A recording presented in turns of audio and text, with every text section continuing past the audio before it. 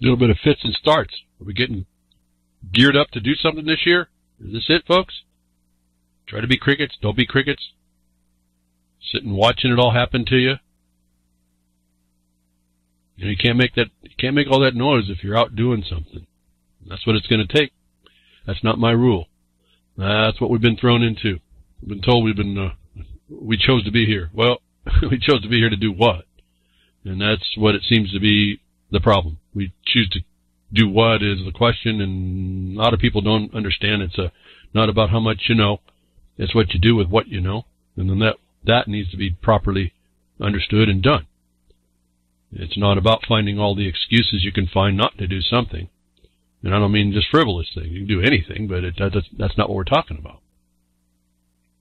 It's what one of my main criticisms. I look out and see things, and even the people that are admired and things that are people that are standing up, or that people think that they're standing up, they're not actually doing the right things. They're not seeing the right conditions. However, there are more people coming to the fore about seeing, even if they're seeing it now in the notice that they're being told this has happened, and so now they can put the pieces together. If they would have been listening behind the woodshed, I've been telling you how to put the pieces together to see this news we hear today, this notice, was the fact and eventuality.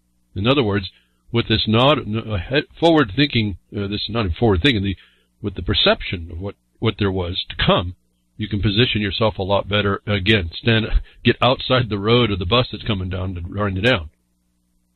And some things have come up, and people are now making the comments that they are recognizing this, and they just confirm what I've been saying. So, before I move on too far, this will be BTW RLM 249 as the numbering things that we do here now go. So you can find the content that I'll be speaking to. You can research even more, use it as a stepping stone, a foundation to begin your studies on things that you find that you think are important, and you take that on by itself, take it on, and start moving forward. I encourage a lot of people are doing more research. They're asking more questions. They're anticipating more things.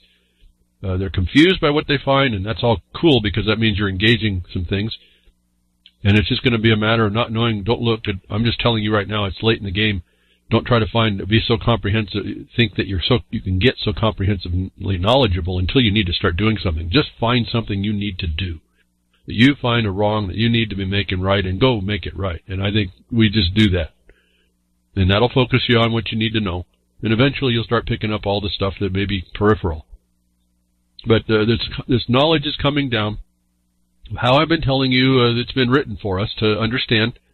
However you want to agree or disagree with what they call so-called law, statutes, code, whatever you want to call them. I mean, these are the things, the guidances that people use to exist in these societies throughout the world. And that's those that run the power to harm you are the ones you have to watch, and you have to look at how they look at things, because that's what's going to guide and that's what's going to protect them. And I've told you then, when you look at it that way, and we get over to the Lieber Code, we're talking about you know them when you see them. You know an occupying force when you see it. You know a criminal when you see it. You know that you're being harmed when you finally see it. The problem is they keep you blind and dumb. And you keep the glasses on thinking you're cool. The dark glasses on, you think they're cool looking. No, that's blinding you. You put on any color, rainbow colored glass too. You can do all that. That's all for us to choose to do. Or you have to acknowledge when there's a problem. You have to be responsible to readily acknowledge it. Well, these things I've been suggesting are right there for us to see and have been. And it's really, now everyone seems to be, anybody who comes onto this seems, oh yeah, that's always been there. Well, it's a little different than what I'm saying. I've been saying this for quite a while, and as I said, the 249 episode here, I realize I think I've been broadcasting now for it has been 9 years now, I think, this week. So this is when I started broadcasting, and then we went through a couple of networks, and now I'm here at reallibertymedia.com, and been broadcasting on here, and I've made a specific decision to be here and not be on a bigger network, given things I was watching and seeing, and because I'm dedicated to what I do, and this broadcast is really limited to what I can do on Sundays. So, in all things considered, I realized that I just needed a place that I didn't have to deal with a lot of the backbiting that goes on in a major network, which I understood when I was at Oracle, and I didn't want to deal with any of that. I didn't want to have to get into that drama because it's tough enough to keep focused, and I just wanted a place that I could come every week and hope people would show up and people would listen, and then there was the archives, and that's ever so important. And this is where I really just kind of add archive places, different places, archivings, in order to get people to have access later on. Like, remember, William Roberts, he passed on, and a lot of people didn't have his information. And I think a majority of people didn't have it, and there's really not a repository that anybody can just do an on-demand click. So that became a notice to me to be careful on becoming too confined, because these archives go away. In fact, I think a Real Liberty Media, there's only so much space on the archive, so you may click into an old broadcaster and not find a file there. We just don't have the space, the time, and the space and the hardware and the ability to keep all this stuff going. So it's important. Eventually this voice is going to stop, and then eventually the files are going to be lost. And you had better been able to pick up what I've been saying and pass it on to someone else. Otherwise, this future that I tell you is coming and now being acknowledged.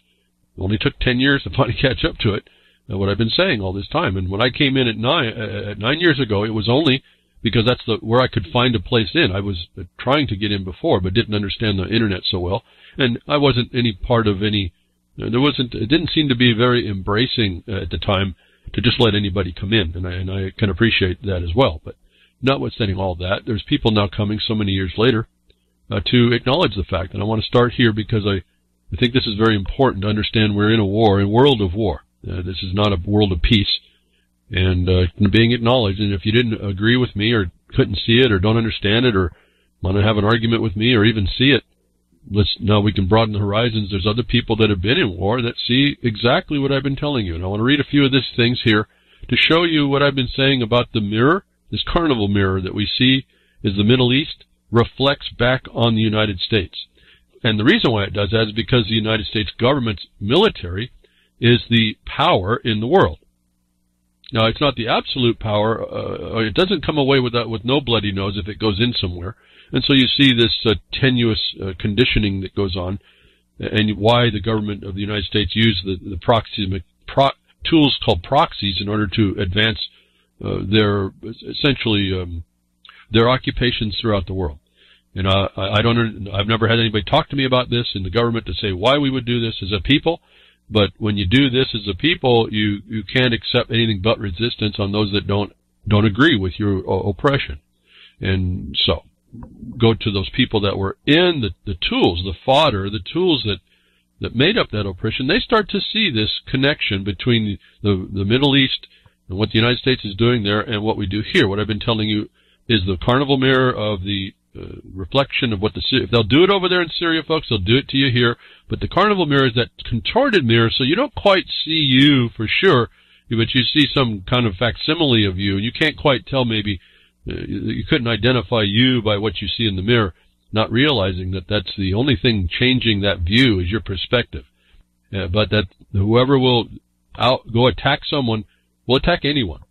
For their reason, will attack anyone for that reason or other reasons. And so this interesting acknowledgement comes up in a report here called the Disturbing Parallels Between U.S.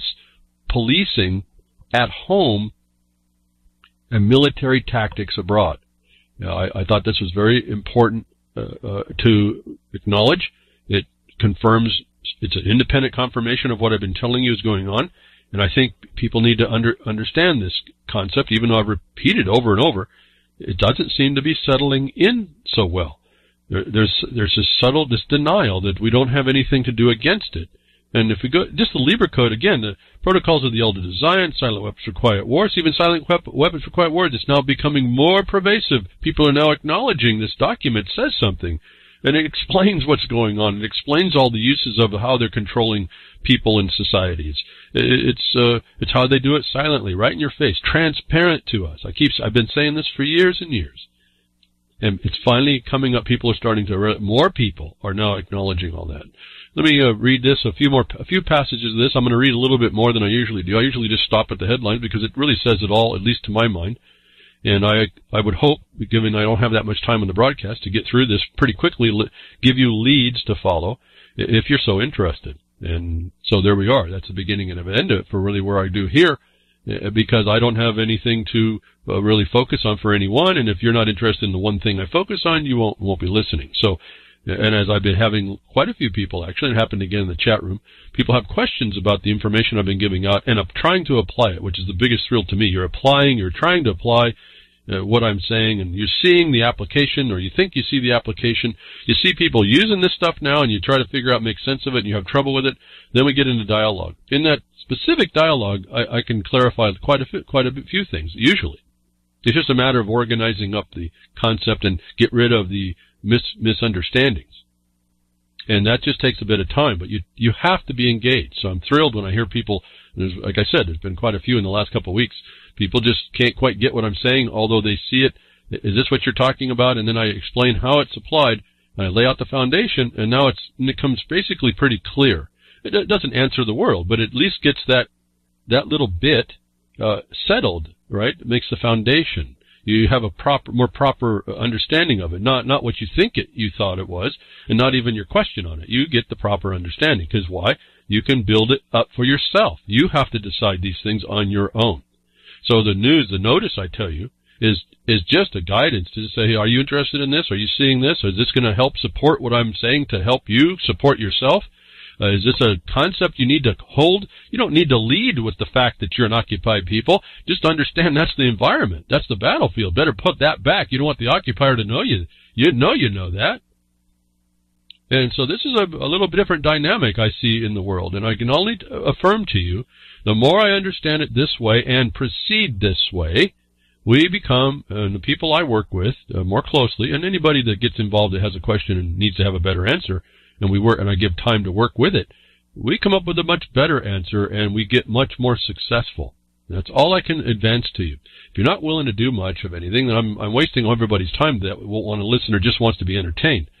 Okay, fine, I guess you can be entertained. I guess that's the limit of that. But I'm not really here to do all that. I'm here to try and guide you in things that are really honest. I mean, it's not even. I was thinking the other day, maybe I'm running out of my use, because my utility, because it's in your face now. There's nothing you can't see now. And if you aren't moving on it now, I don't know what to do. I don't know what to say. I don't know what more to offer. And so the only thing I can be here to do is I see more people coming, more people talking about it. They sound like me almost. It's kind of scary. They're coming today to sound like me, although the subtleness is I was telling you about this before, as you can find in the sources. I'm not a reader of reports and stories and articles and news. I'm pointing the news as telling you of a future and a fulfillment. And you can choose to like that, or you can choose not to like it. That's not really my choice. I can just tell you that it's there and what I see. And well, most of what I see, given the world is given over to an evil, if you don't want evil, you're going to have to resist it. That requires action. And you can't just do it by thinking it's an evolutionary engagement. As I said, I can tell you folks, over 9 years, I was just thinking about it, I cannot even change one part of what I've said, and I don't think it's been suggested that I change one part of what I produce and put out. I have a very few things I say, and I repeat them in maybe different ways. But there's really not a whole lot of other way to look at some of this. And until everyone gets that, and then looks at the news and starts seeing, oh yeah, that was foretold to us, and we should have been involved to interfere with that. And there was tools to do that, and bad on us for not. Then maybe we'll get a different appreciation of what we're really supposed to do. And not try to gain a bunch of knowledge that may or may not help us, but actually grab the knowledge that will help us and properly apply it. So getting to the story now, for all that long-winded way to go, I'd like to read this report, The Disturbing Parallels Between U.S. Policing at Home and Military Tactics Abroad. I won't read the whole article. I'll let you do that. But I want to set this up a bit and then read up to some of the conclusions he comes to. Some of what they did and what he explains happened in Iraq, you really need to see, so that, because this will be hollowed out for you. There's a substance behind how he gets to these conclusions that you really need to see how. And then you need to start applying them through that carnival mirror to the United States. And I said, what this government will do to the people in another country, they'll do to you. And remember, the people are different from their government, and those in the government are different even from their government when they become the caucustocracy. So understand all these distinctions. You knows them when you sees them, folks. That's all I can say. Your spirit, your intuition, whatever common sense we still have left, will see these people. You have to look through that transparency and see them through what the obstruction of transparency that they've made. The writer goes on, his name's Daniel Sturgeon. Excuse me for pronouncing it wrong, S.J., however you pronounce that. I can remember both so well. 2006, my first raid in South Baghdad, 2014, watching on YouTube as New York police officer murdered Eric Garner for allegedly selling loose cigarettes on Staten Island street corner not 5 miles from my old apartment. Both events shocked the conscience. I'll rest on that. Both events shocked the conscience of someone who was in war, folks. You've got to understand how important it is to understand what's really going on in the United States. We have been desensitized to these really atrocious things we should have never been accepting early on. The writer goes on to say, the author here, it was 11 years ago next month, my first patrol of the war, and we were still learning the ropes from the Army unit we were replacing. Unit swaps are tricky, dangerous times. For most military officers, it was similarly unthinkable that many embattled Iraqis could see all American military personnel in a negative light. But from that first raid on, I knew one thing for sure. We were going to have to adjust our perceptions, and fast. Years passed. I came home, stayed in the Army, had a kid, divorced, moved a few more times, remarried, had more kids. My Giants even won 2 Super Bowls. Suddenly everyone had an iPhone, was on Facebook or tweeting or texting rather than calling. Somehow in those blurred years, Iraqi-style police brutality and violence, especially against poor blacks, gradually became front-page news. One case, one shaky YouTube video followed another. Michael Brown, Eric Garner, Tamir Rice, Philando Castile, and Freddie Gray, just to start a long list. So many of the clips reminded me of enemy propaganda videos from Baghdad or helmet cam shots recorded by our troops in combat, except that they came from New York, Chicago, or San Francisco. As in Baghdad, so in Baltimore. It's connected, you see. Scholars, pundits, politicians, most of us, in fact, like our world, to remain discreetly and comfortably separated.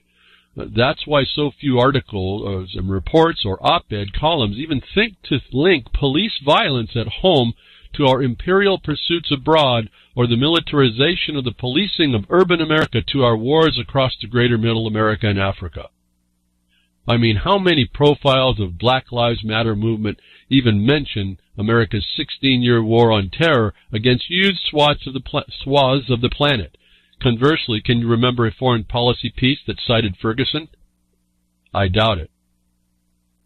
Nonetheless, take a moment to consider the ways in which counterinsurgency abroad and urban policing at home might in their years have come to resemble each other and might actually be a connected phenomenon. Have I said that, folks? I just interject. I just can't tell you. This is an observation from someone that's been there. This is beyond me to now conjecture if I had a thought and a doubt of what I was telling you before about the carnival mirror. Let's go on. The degradation involved so often, is what he goes on the section heading, the degradation involved. So often, both counterinsurgency and urban policing involve countless routine humiliations of mostly innocent populace. No matter how we've cloaked the terms partnering, advising, assisting, and so on, the American military has acted like an occupier of Iraq and Afghanistan in these years. Those thousands of ubiquitous post-invasion Army foot and vehicle patrols in both countries tended to highlight the lack of sovereignty of their peoples. Similarly, as long ago as 1966, an author, James Baldwin, recognized that New York City's ghettos resembled, in his phrase, occupied territory. In that regard, matters have only worsened since. As in my experience in Iraq, so here on the streets in so many urban neighborhoods of color, anyone guilty of innocent, mainly innocent, was the target of such operations, and the connections between war abroad and policing at home run even deeper. Consider that in Springfield, Massachusetts, police anti-gang units learned and applied literal military counterinsurgents doctrine on the city's streets. Even America's stalwart Israeli allies, no stranger to domestic counterinsurgency, have gotten in on the game. That country's security forces have been training American cops despite their long record of documented human rights abuses. How's that for coalition warfare and bilateral cooperation? Here at least the connection is undeniable. The military has sold hundreds of millions of dollars in excess weapons and equipment, armored vehicles, rifles, camouflage uniforms, and even drones to local police departments, resulting in a revolving door of self-perpetuating urban militarism. Does Walla Walla, Washington really need the very mine-resistant ambush protected, the MRAP trucks I drove around Kandahar, Afghanistan? And in case you were worried about the ability of Madison, Indiana to fight rocket-propelled grenades thanks to those spiffy new MRAPs, fear not. President Trump recently overturned Obama-era restrictions on advanced technology transfers to local police. I'm pausing there because you folks need to really pay attention to this continuum, this oppressive and occupying continuum. The author goes on, like so much also in our contemporary politics, Americans divide, like clockwork, into opposing camps over police brutality, foreign wars, and Americans' original sin, racism. All too often, in these debates, arguments aren't rational but emotional as people feel their way to intractable opinions. It's become a cultural matter, transcending traditional policy debates.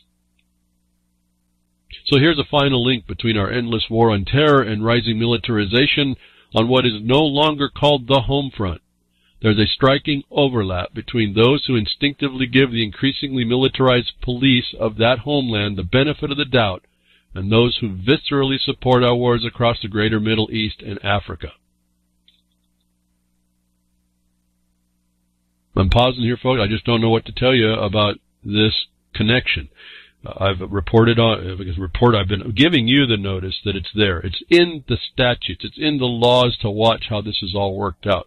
It's in the omissions to tell you what's going on. It's your ignorance about that's going on. It's the, and I want to give credit again, continually to Clint Richardson's Corporation Nation. There's others, Lethal Injection, all those documentaries that he pulls together.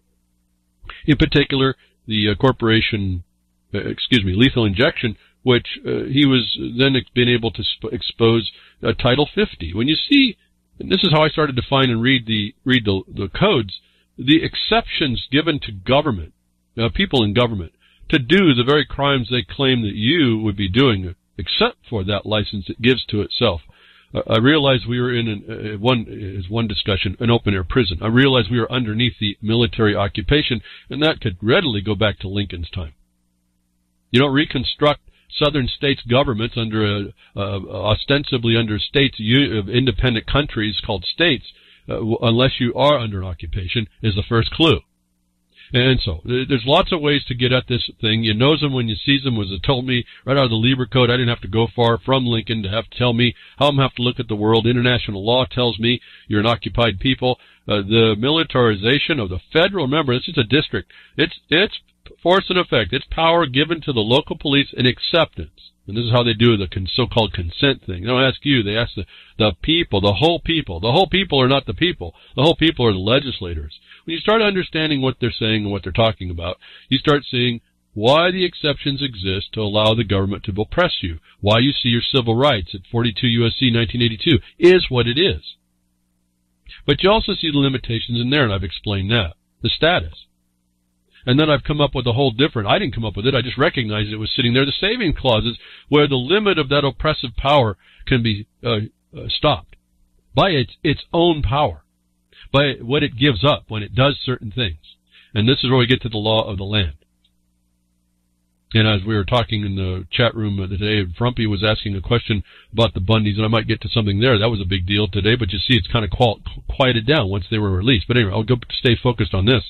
There's a certain understanding you have to have. When you get that understanding of the hierarchy of power and authority in this country between Congress and the states and the properties, you start to find and see exactly where the limits of that power are. And but for the most heinous acts of these people in government, which ought to be made a record and found out pretty quickly, which we all can focus in and objectively understand is the case, and then move with the mass of the people. And until you have this foundational understanding, maybe you won't understand what I'm saying. You won't understand how I get at it, how to get at it yourself, how to approach it, even how to get the basics. Once you start to see it, it starts to make a whole lot better sense, and then it starts to settle out. You start having less to handle.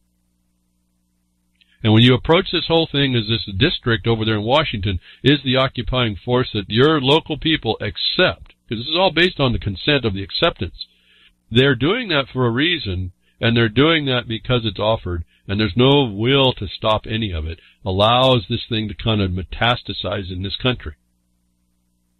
And that's why you have to step up and stop it if you intend to. Otherwise, I don't know what anybody's complaint. Like I've said, I really am baffled. It's particular places like Real Liberty Media, where we come together in the chats and all, or UCY, to have any complaint, no action, but lots of complaints baffles me. Just baffles me to no end. Literally I have no judgment. I'm sitting there shaking my head. What's the complaint?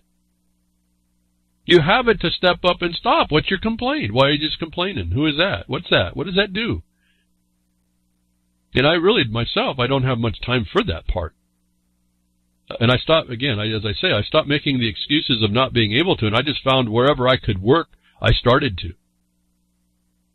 And by happenstance, I happened to walk into a big deal, and it happened to be this law of the land.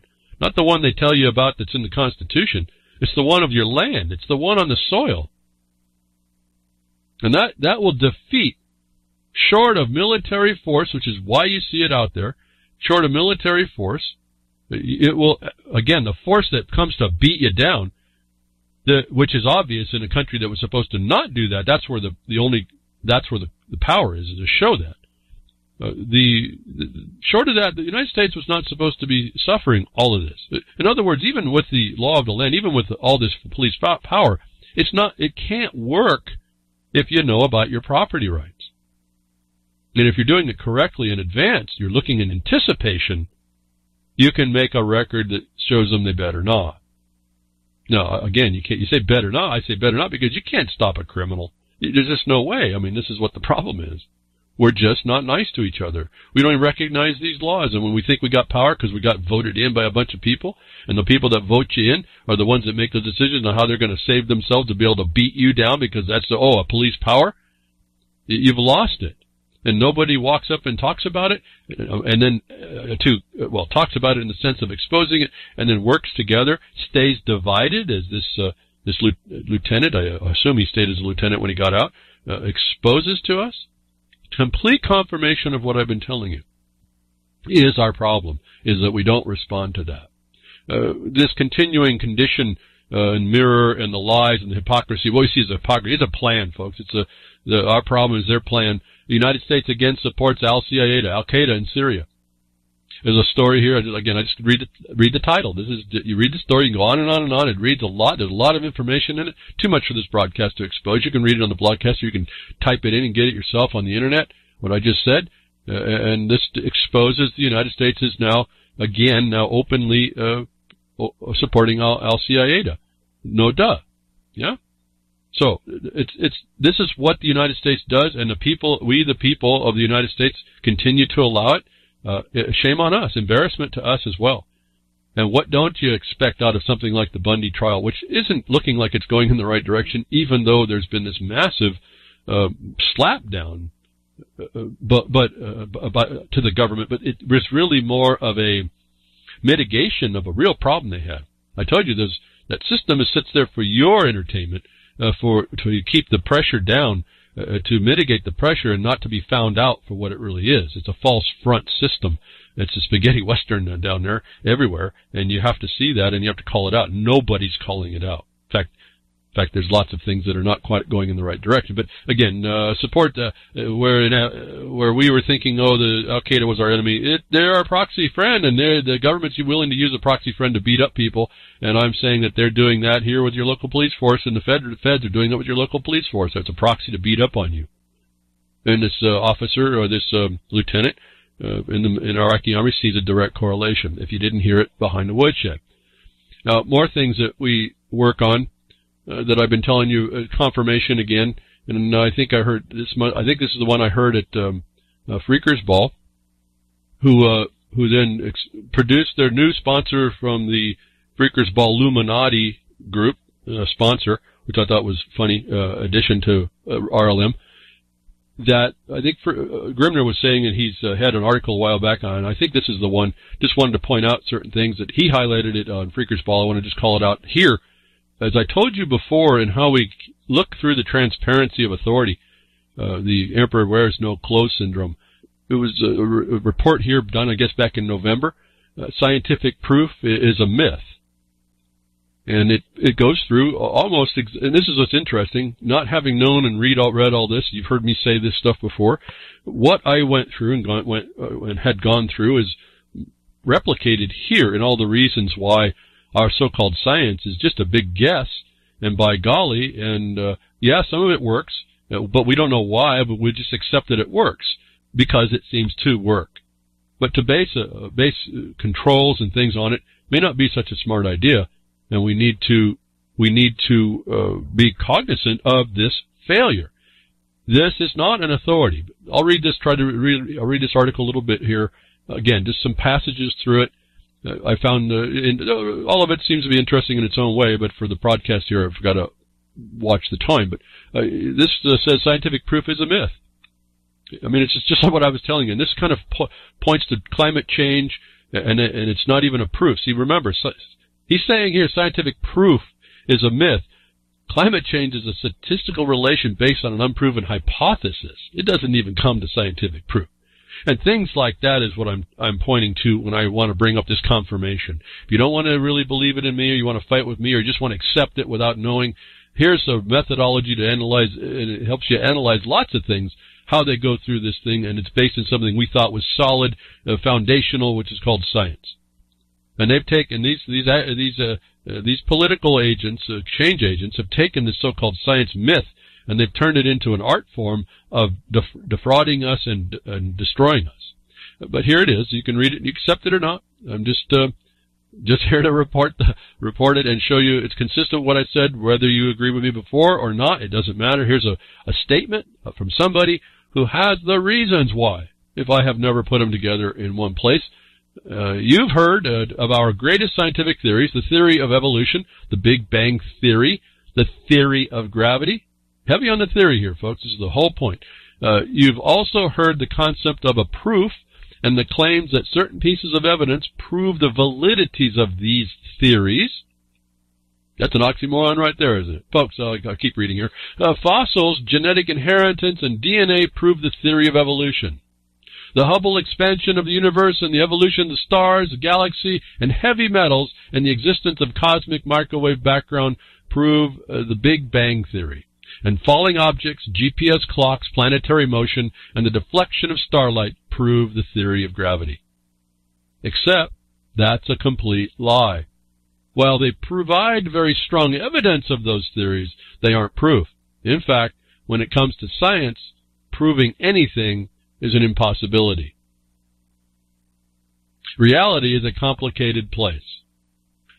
I just have to interject, or just kind of harken back. If you've been listening to me any time, just consider whether you've not heard me say these things in the past. Again, it's confirmation. It's two people thinking similarly about a subject matter, and I use it in the context that this is the dust they throw in our face to justify the methods of the harms they apply to us, and we have to get a better understanding of that and get beyond an opinion, a fight, a division with me, or even if you agree with me, get complacent because of we agree, so that makes it fine. No, these are the weapons. But I go on, this article continues, reality is a complicated place. All we have to guide us from an empirical point of view are the qualities we can measure and observe. Even at that, those quantities are only as good as the tools and equipment we use to make those observations and measurements. Distances and sizes are only as good as the measuring sticks you have access to. We also can't observe or measure everything. Even if the universe weren't subject to the fundamental quantum rules that govern it, along with all its inherent uncertainty, it wouldn't be possible to measure every state of every particle under every condition all the time. At some point, we have to extrapolate. This is an incredibly powerful and incredibly useful, but it's also incredibly limiting. In science, at its best, the process is very similar, but with a caveat. You never know when your postulates, rules, or logical steps will suddenly cease to describe the universe. You never know when your assumptions will suddenly become invalid. And you never know whether the rules you successfully apply for situations A, B, and C will successfully apply to situation D. It's also a leap of faith to assume that it will, and while these are often good leaps of faith, you cannot prove that these leaps are always valid. If the laws of nature change over time or behave differently under different conditions or in a different direction or locations or aren't applicable to the system you're dealing with, your predictions will be wrong. And that's why everything we do in science, no matter how well it gets tested, is always preliminary. So don't try to prove things. Try to convince yourself and be your own harshest skeptic and your own greatest skeptic. Every scientific theory will someday fail, and when it does, that will herald a new era of scientific inquiry and discovery. And of all the scientific theories we've ever come up with, the best ones succeed for the longest amounts of time and over the greatest ranges possible. In some sense, it's better than a proof. It's the most correct description of the physical world humanity has ever imagined. So I think this is very well consistent with what I've been explaining to you. You also hear the nature of, if you will, law, and the evidence. The best evidence is for what you're specifically doing, but it may not apply in every case. And depending on the location, you hear me say that all the time with dealing with land matters. And so we hear the correlation of a consistency from one subject matter area to the next. The proofs are only as good as the facts and the principles you apply in a particular context. Now, again, you don't dismiss that there's certain things that seem to work pretty good, and they seem to be working when you apply them that way. That's how we go. It doesn't mean that the underlying reasons why it is works. It is the fact. It's just the way we've accepted it. And it works, so we don't go too far. But as I've told you, we are our own best scientists if we want. The leash of that constraint has been thrown off. And we now can be who investigates the world to find the new next best perception of reality, even if limited by our senses or whatever you consider those to be, and the limits within the senses. As I've explained and said all the time in summary ways, in denouncing these absolutes that certainly like climate change, they're not even embarrassed to say it's not even a proof. It's not even close. And yet our lives are destroyed by these people that would put themselves out to be scientists, which are actually behavioral control agents and advance agendas. These so-called scientists that say that they know something's happening are really adjective scientists. I've read the document that it shows by definition they're political lobbyists.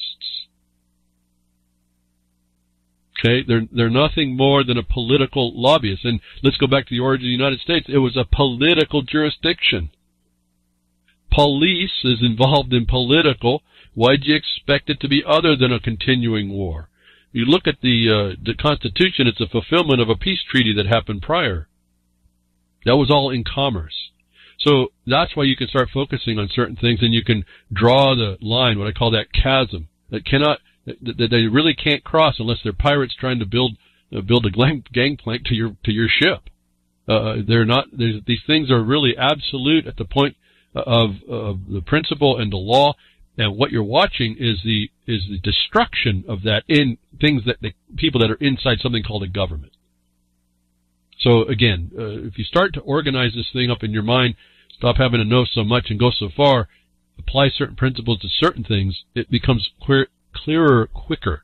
And I can only say that my experience in that with people in doing all this has been accurate. So again, to me, this is all a theory too.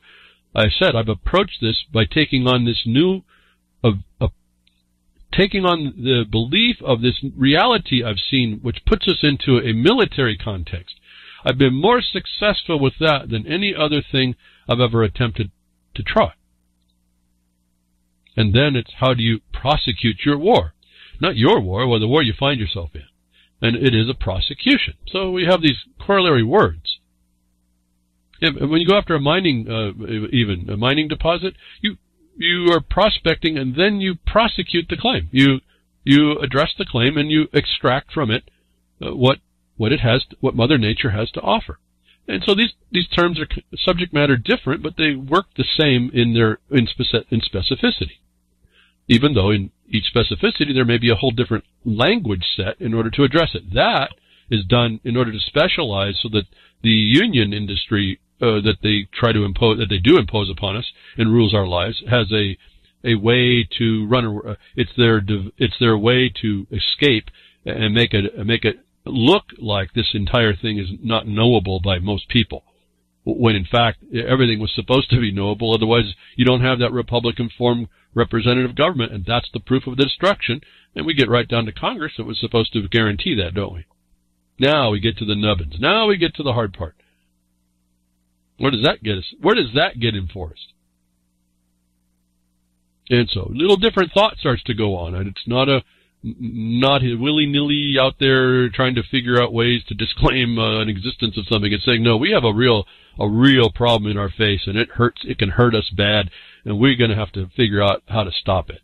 And we got to have more will, and no different than the will of the people like of Afghanistan to resist all this, notwithstanding the the opium business that the CIA has implemented, that the United States military protects in Afghanistan. Those people are not destroyed. They are still fighting. And we have to have at least that much will in the United States to stop the caucustocracy that's grown up around us. And the one that doesn't work, it's the administrative side on top of that. There's a couple of them going on. As I said, there's a couple of different occupations. It depends on what you focus on. A lot of people don't understand it all. A lot of people can't deal with it, and it's not judgment. It's just I don't think we're built to have to deal with this many war fronts. And that's why I say it's really going to take more and more of us. I do a different thing that allows me to look at all those war fronts. But to actually be the one dealing with someone who's dealing with that is not my best place. And then the one that's dealing with they're dealing with their thing. And so I started to realize that there really is this hierarchy of skill and talent application. And it's not a hierarchy like vertical, if you will. It's the accomplish, if you will, the mission. And so you have to have a mission. You're back to having to do something. You have to make that decision. And if you don't, another confirmation comes out, and I want to thank. I've been here 2017 on Minds.com for putting a comment in last week's posting for the broadcast, which apparently was too bizarre for everybody. The Fractal of Destruction wasn't a catchy title, even though what I'm telling you is exactly what that is, what I was describing to y'all. But he put in a link to a video, and I was really happy and surprised. There was a 24-minute video. If you go to Minds.com, find my account behind the Woodshed, and then go to the comment of last week's production, you'll see the link over there to a 24-minute video. And he was saying you need to see this because they're talking what you've been talking about. Sure enough, it was like a 24-minute roll-up of what I've told you over the years in short work. But it wasn't, as I've told you in an advanced view, a prospective view forward. It was from the news being fulfilled of what I told you. And so, and these people that are presenting are speaking in the similar language and we're very consistent in our approach to how we see this thing laying out in the subject matter areas I've been explaining. And I don't know how long they've been understanding this, but they are now pointing out in all this news that I don't get to, that I can see, that the fulfillment of what I've been telling you is there to do is being done now. We're really in the, if you call the end game of this fulfillment that's going on against us. And one of the stories within their video was a woman who has her own disclosure. And remember, I was talking to you about the fires in California, and these two people, between the two of them, they hit almost every point. I mean, every point. I think one extra they found they had opened up with that I hadn't talked about, but it was the fact of the fires were going to cause people to not have their homes. They weren't set up. They weren't prepared. They didn't know how to get to their insurance. That the new codes were going to come in to keep you from being able to build, and the insurance companies know all about this, so they're ahead of the game. All that was in there, folks, and this is exactly what the news is. It's coming down. They come in and they steal from you. They keep from you. They work on your ignorance. They work on your lack of preparation ahead of time. You know, even the legalisms you're involved in, and they take advantage. And so within one of the stories I wanted to point out, because this was now tied into the problem with your, and she points it out, and I didn't get her name, the woman, you can get that at the link.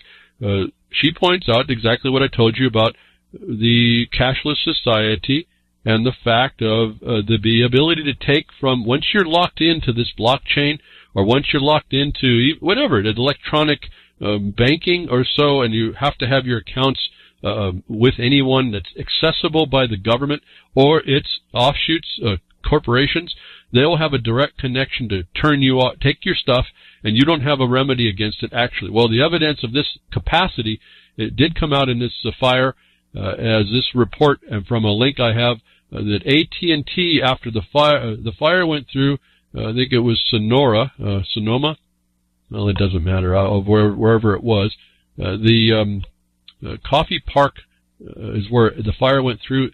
AT&T cable boxes were destroyed. AT&T claimed the boxes were $500, and it's reported that as a family tries to keep their spirits up and move on, they're left to deal with a $472 charge to her account, the woman that reports on about this, and this was them billing out of your account, putting a lien into your account, your bank account, to take out the money. Now, it's admitted that those never should they ever deduct money from someone's bank account without knowledge, was the official statement. But I want to point out in this disclosure that they already can do it. That if they can't do it yet, and they shouldn't have done it, doesn't mean that they can't and they didn't. They did. And this is your cashless future, is what I noticed here. Again, they're reporting on the things that have happened. I told you would happen. I'm reminding you it's to happen, and we still have decisions to make in order to stay away from the what we can consolidate into the technocratic future. This digital prison that they put you in. They just come in and take your money. Now, if you look carefully and you look at this, you know, at some point, I guess you might be liable to it. I don't know. But to be able to just to come in and take your stuff, they're telling you they already have the capacity. That should really shock you. This is not a future thing. This isn't even me telling you they can do it anymore. They're doing it now. They've been doing it, actually. And so, another confirmation from people who would sound like me. If you listen to them, they sounded like me, except that they're pointing to the news after the fact. And I guess that was my subtle distinction about what I've been doing. For years, I've been saying this is coming along. They just now produce the evidence of it. I can't get to all the news. I read a lot of this, but to me, it's just a bunch of, okay, fine, there it is. There's the proof. I don't know what, I hear still crickets. That's my problem. I still hear the crickets. That's my problem. I don't care how much you know. What are you doing about all this? And if I'm hearing crickets, nothing is the answer. I don't even have to worry about it. It's pretty self-evident. So here's the fact, folks. And in fact, another thing was disclosed. They're causing, as I told you, they would cause code enforcement rebuilding requirements that would raise the cost of the building of the new building, and you're going to have to comply with new codes. I said, that's all the plan. That's the future. Well, what occurred to me after I listened to that, it was later, what flashed in my mind at one point regarding that new code, new construction, was we've been shown that they're doing these 3D printed built houses. And they look like the plan form from above looks like 2 6s inverted over the top, the round spots matching up, but the tails, the top parts facing opposite directions. And that's the entrance and the exit of your circular bubble. That they were building these with these new construction methods, these round little circular homes that will be what occurred to me will probably be the future. And what occurred to me again was the material that they use in that is also going to be code required, and probably, and this is conjecture, but the way they've done things in the past, and you see this in different areas, they will allow certain types of materials into the building materials that they spray that make up the walls that will epigenetically change you. You'll be breathing it from the walls. It won't be said they won't claim them to be harmful. If you don't understand that that's what they're doing, it's just like everything else they do chemistry-wise to us. They will probably put in these building materials things that they confine you into new construction, expensive construction, that they'll say is what you need. Only a few people can afford it. Only a few people have the insurance geared up to cover it. And when you do live in those things, they epigenetically change you by the off-gassing of the materials they use. Is another thought that occurred to me about how they continually herd us into places that's needed because we don't think forward enough to watch out about it and avoid it. And so this is they're also what they did explain that I hadn't talked about was how dastardly the government is in mandating cleanups of your property because of the fire, and when you don't do it fast enough, remember, you're devastated as a family. You're devastated. You don't have a place to live. You got probably no money or very little, or now they're stealing it from your bank accounts, and then the government comes in and said, if you don't clean your lot within a certain amount of days, we're going to dock you dollars. And they go so fast that it takes away the value of your home. You can't build. That was the new revelation of the city, the county itself does these impositions. If you think you're dealing with a race of people that have empathy with people that do that, you better rethink what's going on. And if you can cognize the fact that they do exist, these creepy criminal type lack of empathy people, these literal aliens, these alien species on our planet that will do that to other people, then you need to be looking really close, and you need to understand that's what you're vulnerable to, and they're there to do it. And do you want to live in a world like that? It's already planned out for you. It's not even a question. So these people have your future planned because you didn't, and that's our problem. As I've been saying over and over, more confirmation. Now, another thing that came up about confirmation on what's going on, and these are serious things. Again, what I'm doing today is acknowledging some confirmations to me that things I've found, but I want to project those into the future because they're not completely done yet. The people in Northern California, you're seeing the example of what's going to be done to you in other places. And I'm sure Southern California's experiences now with their fires the same thing. And it's not just fires. This happens to be one of the ways that they use natural consequences to just plunder, be a parasite on your life and under color of authority steal from you these things. The harder things to deal with in this case, they were doing cleaning up the yard as a police power.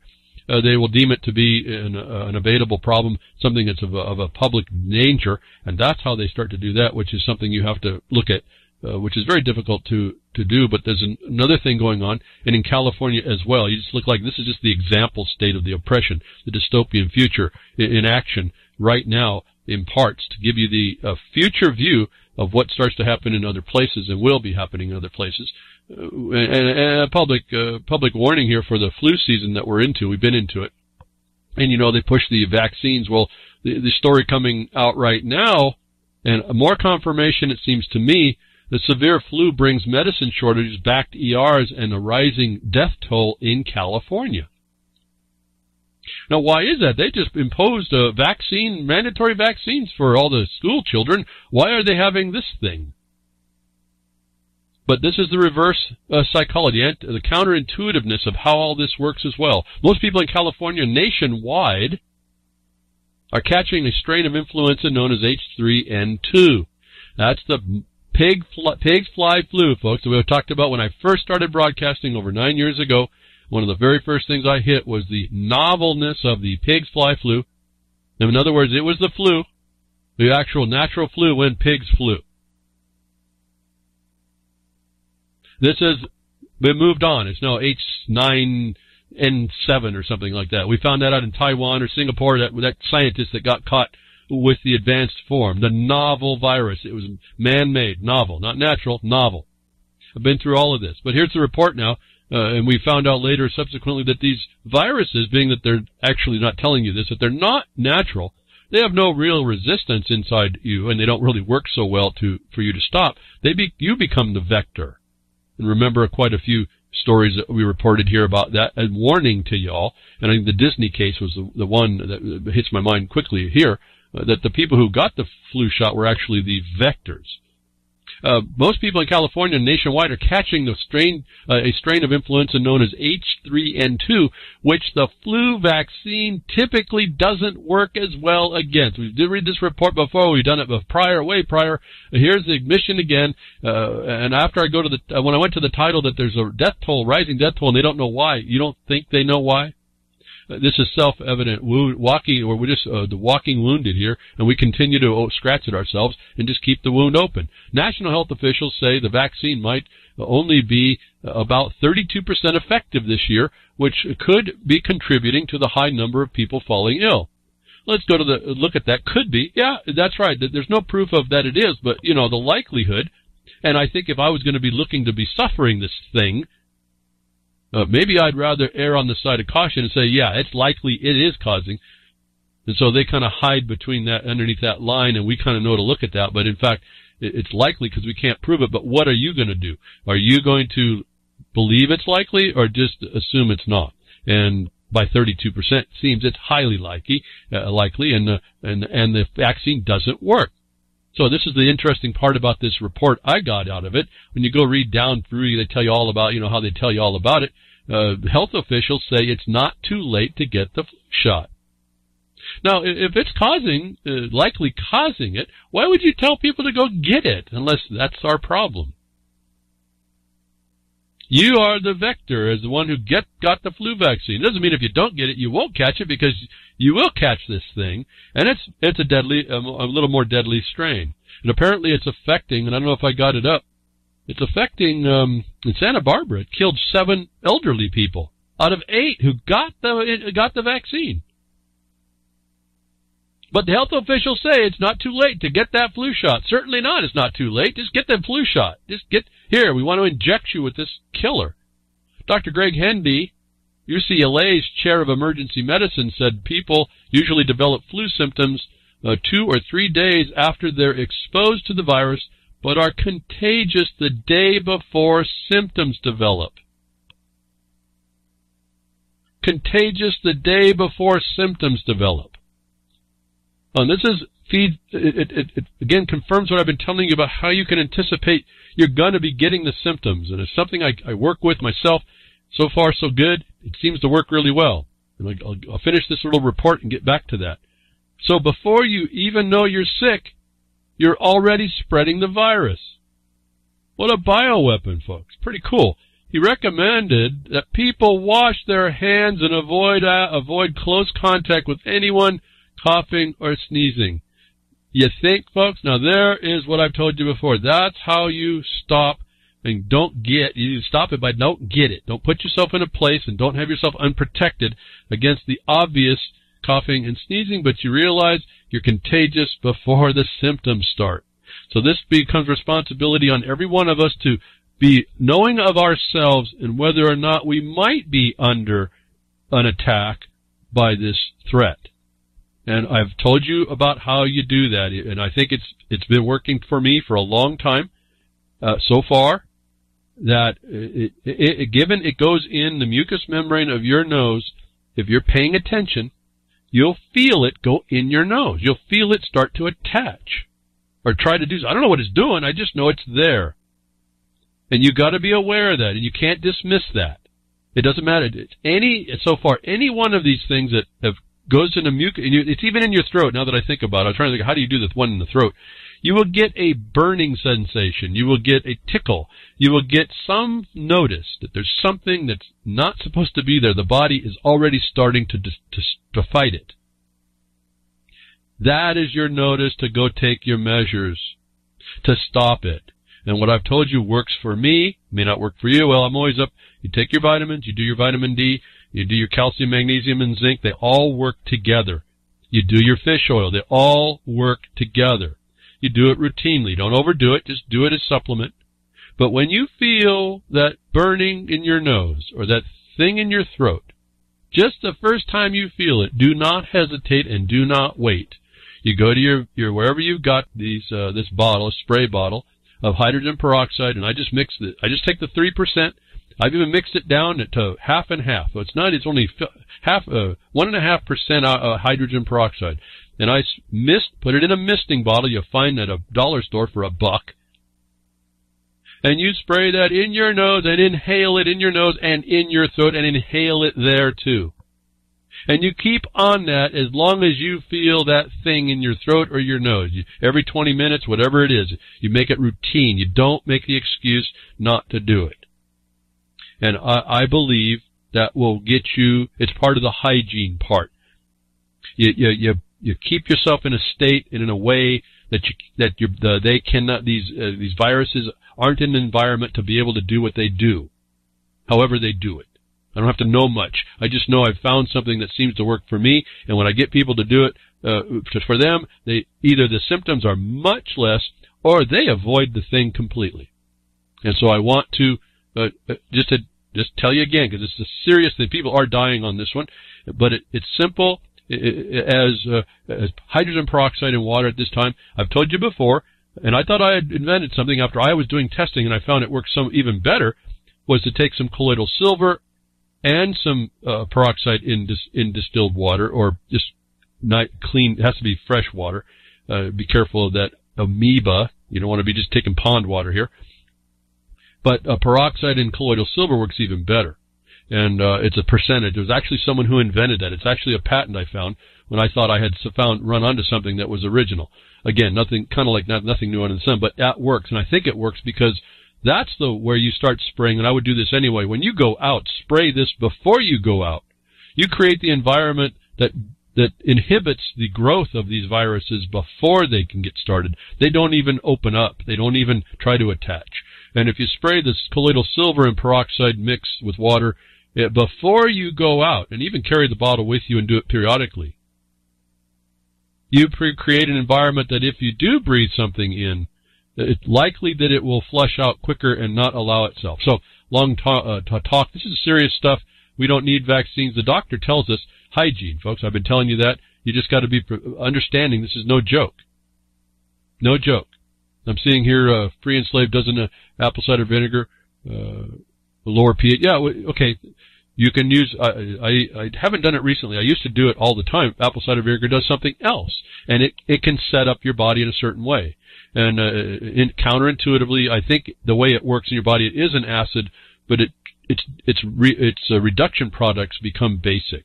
But more importantly, the constituents that are starting to work, you think of them in a biological sense. They set an environment that's counter to what would help the virus. You actually put a shield against it getting the signals to unload its package on you and then take you down. And so, again, just a theory. I use it. I'm here again with all the flu going on. I don't want to, condemn myself by saying so. I'm concerned that it is serious going around and people are getting taken down by these things. And I think there's more than one going around. But so far so good.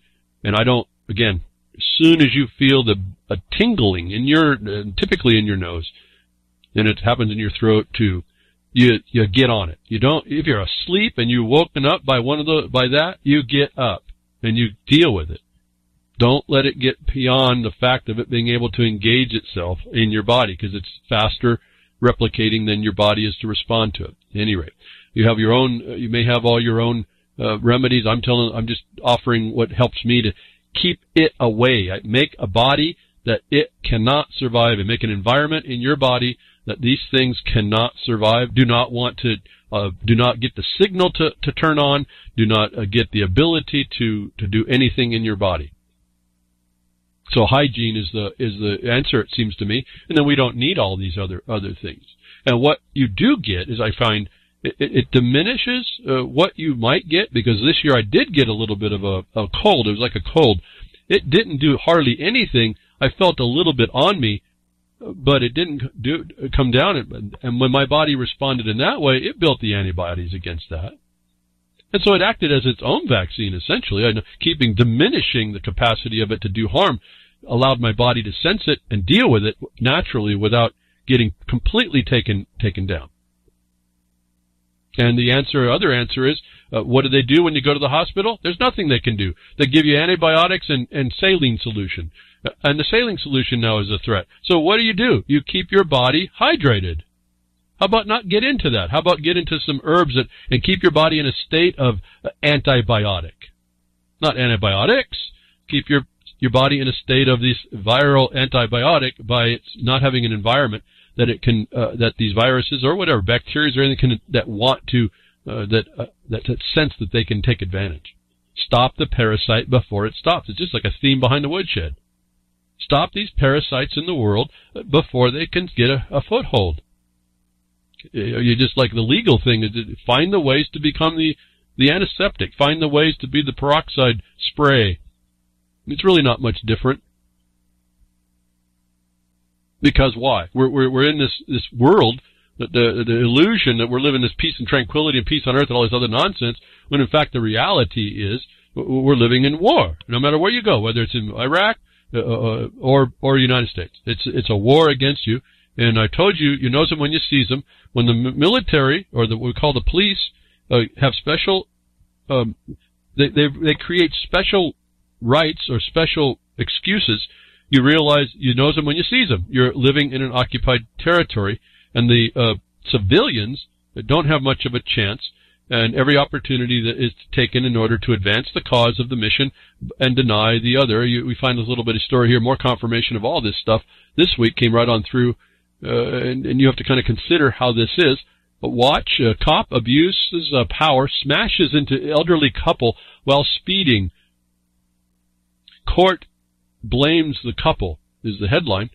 And we can read through this a little bit. The police officer who crashed his patrol officer in an elderly couple's truck is what it was, not a car, while driving nearly 30 miles an hour over the speed limit will face no charges and will remain on the job despite a history of dangerous driving accidents, even with the investigator claiming that, quote, if the officer had been driving the posted speed limit, the collision would have been avoided. The district attorney, the bar-ass member, Bryant Dunaway, told WSMV News that he had no regrets about declining to charge the officer. Quote, both of them did things they shouldn't have done, and both of them violated the law, Dunaway said. They violated the rules of the road.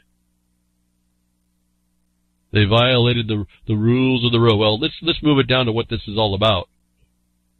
Rules of the road are based in the notice of the Motor Vehicle Code applicable to a status, but more importantly, on the street, the rules of the road are reduced down to notice. The Motor Vehicle Code is a notice, and the postings are a notice. And so they've given license to the cops here to go and break the law. They didn't say there was a good reason for it. They just blamed both parties, and because there was supposedly blame for both, the cop, the soldier, the military man, gets exonerated. By whom? The district attorney, who is what? The bar member, who runs your life. Right? They're the ones that do this decision. They're the bar, they're the court, they're the judge, they're the prosecutor, they're the persecutor. They're the ones that make these rules. They're the ones that make the law, so-called, the code. It's policy is the other problem. Remember, policy is police. You start out wrong. You don't start in law anyway. Go look very carefully at your statutes, your state statutes anymore. They're just policy. It's the policy of the legislature, not law. And they did that when they substituted your states right underneath everyone's nose for a corporate Model Business Corporations Act. The bar did all this. And so you get out there, you got 30 miles an hour over the speed limit. Cop T-bones you. Luckily, they were in a big truck. The guy gets thrown on the street. They don't have to go through more of that. My observation, though, on this part of the notice, and him saying they both violated the rules of the road. Well, the rules of the road are based in notice. And the notice that you have as someone operating in the street, operating is doing the business of business. This is the driver. Using it in the capacity of a commerce entity, the notice on the street gives you your baseline liability as to what you're supposed to be proceeding under. That when you look out and see a zone of notice of 30 or so miles an hour, a rule of the road for you on what you are going to be anticipating is based on that number, not what an attorney imposes. But this is what this attorney has done, and this protects the system. So my observation on all this, based on your ability, and you got to understand what is happening when you get out there, and consider this whole thought. What if? Well, so I'll say here's my response to, and it's on Twitter. You can see how I respond to some of this. I won't get an answer. It's like a response in posterity. And I think it's important to understand the standard so that we don't get lulled into believing these people are the scientists or the political scientists in our lives that have any authority. It's all a best guess, and their guesses are actually opinions that aren't provable. And when we are pushed come to shove and accountability was to come to bear, if we would insist on it, this wouldn't hold water. But my observation on all what this attorney said, so, Mr. Bar-ass gatekeeper, given posted speed no longer matters as notice, what do you impose or opine is the upper limit speed for purposes of determining proper yield? 100 miles an hour? And is the city going to pay to straighten and clear all roads so your opinion can be properly applied? See, the rules of the road are based on what notices you have. And if you're told 30 miles an hour is what they're supposed to be traveling, you're supposed to be able to accept that as what you are supposed to be looking out for. If this gentleman, called a bar attorney, a district attorney, is supposed to be elected into this, that you elect this guy, this oppressor into your life, now puts the opinion that the cop can make any speed, when are you, without a designation, and just on his opinion, when does your yield obligation as a driver, when does that end? What's the limit? How do you even know to enter into traffic if you don't know the upper limit of the speed that you're supposed to calculate your entry to the road from? Is why that issue is no good, and why that the gatekeeper of the bar association member opining that his imposition is better is explaining you live in an occupied territory. That wasn't law. That was an opinion based by one of the officers of the state. The policy officer of the state. The police officer in an executive function in the state. You knows them when you sees them, folks. This is not too hard for me. So what do you now use as a yield? And if you start seeing the government, the attorneys start doing this, you better be very concerned about what it's going to look like in the future, and that's going to be another indication we've kind of gone over the edge, really gone over the edge, and there's maybe no way to stop it unless you get a whole lot of pressure to start coming back and pressuring this guy to explain, okay, what were those old folks supposed to use as a standard for their obligation to yield? When is that? 60 miles an hour wasn't enough here. How high does it go, Mr. Gatekeeper? Do I have to sit on the side of the road and calculate something down the road I can't see that might be coming at 250 miles an hour before I sneak out on that road? Because if it's a cop doing 150 miles an hour, I'm going to be blamed for it. Because I'm going to think I'm okay, and I come out there and he's doing 150 miles an hour. Whoa, I didn't wait for him to pass. Same thing with the 60 miles an hour. It doesn't matter. See, the notice was at 30. So I think point made here. This is where you start to lose the objective basis, and that's all these notices are. It's where the line of liability happens. That's all that's about. And what's that for? But basically for the insurance and then also the revenue enhancement. And what you did, you applied that to yourself by your application. You've asked for this injustice. And so anybody involved with that in that area, I would have a great line of questioning to ask. And in some regard, I wonder if a collateral attack on this by injunction to say, no, you can't use that opinion, that you get it in law by just that one question, whether or not he can change the posted speed limit and the liability yield obligation. And if you can get that overturned, you show him to be no good, and now these people are going to be back. They got a grounds to protect because there was a wrong decision made by someone who took an oath to not do that. Anyway, there's a war we're up against. This bar member is one of the soldiers. He just took out the foundation of objective basis, and he empowered the cops, the police, the state to do that harm again. And who pays for it? The one with the civil rights. Remember, 42 U.S.C. 1981. That's the exactions of any kind. Pains, punishment, penalties, fines, fees, all that. These people paid all of that. They paid the indignity of having a bar-ass keeper, a gatekeeper, military soldier, officer, make that decision against them. Because that officer doing that didn't rise to some shocking thing that would expose them for being the occupiers. Well, now that you know how to do it, maybe it did, but crickets on all that other stuff. Now, on the other hand, we talked a little bit about this, is New York, something's going on in New York. They've got some people inside the government. I don't know, I haven't looked close enough to know why. They're starting to question what's coming down, and I don't know for what purpose, but remember they were questioning, they wanted to know the AI, they wanted to know the underlying code to see how, whether or not this AI is going to cause any problems, discriminate, at all in all these things. We reported on that. Well, here's another report. New York is now questioning certain things as well, regarding, they have a problem back there, and you heard the Iraqi soldier write, as I read, right from what he said, this problem, and he focused on what he sees in the black community. I wanted to add, it's not just the black community, although that's probably the most obvious. Remember, I got into this because this militarization, I'm one of the first victims I knew about its imposition, but I survived my altercation, and a gentleman named Lee Cole did not 6 months later. He's the one that was shot 23 times in the back through his pickup by the state police when he went there for their help.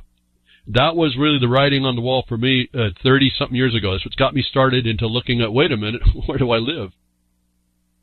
And so we have a real problem around the world, around this country. It's not just, it's more prevalently reported in black people, but it started too. It was just as prevalent amongst anyone, see? And I want to get into color. We're all subject to this oppression. But here's New York City, of all entities.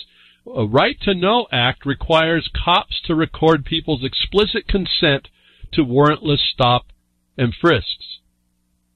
Now, I've suggested to you before here that what you need to do, when you see these policies coming down from the military, the police, their policy is all important.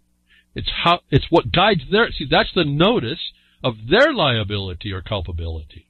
And that as long as an employee follows that policy, unless there's no other constraint that the courts have said can be brought in extraneous to that, and they're only limited, but they can. But given that they follow that policy, they're protected. I said you needed to step up, or you start finding this in your locale, step up and advocate for the changing of laws or rules of their action and incorporate in the policies the constraints upon this military. And you'll see that's a constitutional application, notwithstanding the military imposition, because there has to be the illusion that the civil authority controls the military. How this is coming out is very interesting to me, but it is, and it's evidence of what I've been telling you that you can do, it can be done, and they're doing it here in New York City. They have a problem with this stop and frisk, and they're saying you need to record people's explicit consent. Why? Because to do that enforces the Republican form of government, where the consent, the governed are by consent. If you haven't quite got that part, this fulfills that actually.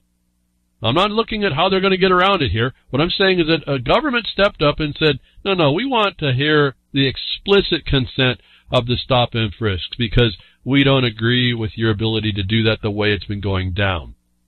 And I'm hesitating to read this. I would like to read a little bit more, but again, time willing, I guess. You can get it in the Blogcaster. This is what I just wanted to point out. New York City is making a law that requires explicit consent. If you don't have these things now, the way this has turned since 9/11, if you don't have all these things in the policy book now that are the enumeration of all the things you patriots think and all you constitutionalists and all you people that are anarchists that think there's something wrong, if you don't have your constraint, reasonable constraint placed into these policies, you can expect it to continue and get worse. That's all I've been saying is you get involved in the ways that you see. This one seemed pretty interesting because now you've got two things that this New York City has led with in order to try and contain a real problem affecting lots of people. So anybody who says that you're helpless or make the excuse, stop it. Here's the evidence that it's possible, if nothing else. And it's the way you do it, I guess, is the other thing I'm saying. So you can end the nonsense by writing in a policy for it. And in fact, the way I look at things lately, in these equity actions these equity remedies that have been putting forward, I'm realizing that the part of the equity remedy is to change those things that are incorrect and make them correct. And so I'm finding another folded power into this remedy to assert.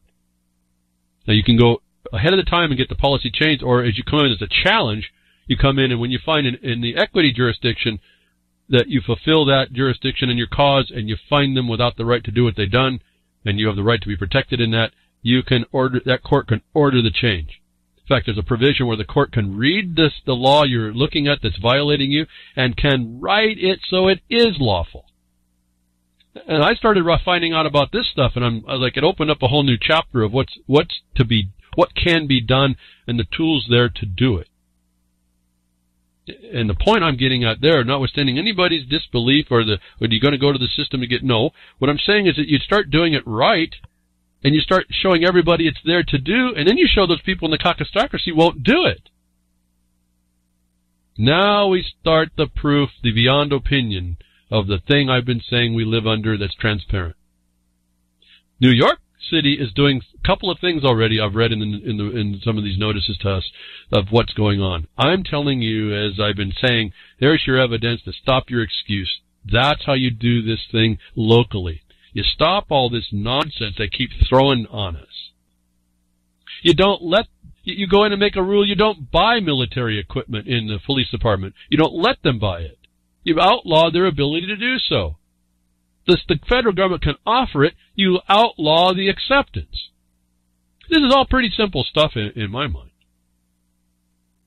And I don't know why it's all that complicated. Now, again, it takes a little bit more to implement, but it's right there for us to know. So, my hat's off, without knowing the underlying problem of this, my hat's off to New York City twice now, and starting to look around and say, wait a minute, this is now causing, this may actually, we have a duty here to protect people, to keep consistent with our establishment, and one of the problems that we're now seeing is this thing, and we're going to end that problem by requiring explicit consent.